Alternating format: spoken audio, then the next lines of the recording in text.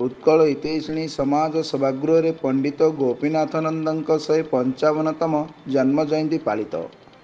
गजपति जिला पालाखेमुंडी भंडारी साही स्थित उत्कल हितैषिणी समाज सभागृह आज बुधवार संध्या 6 घंटा बेले पंडित गोपीनाथ नंदଙ୍କ 155तम जन्म जयंती पालित हो जाइछि।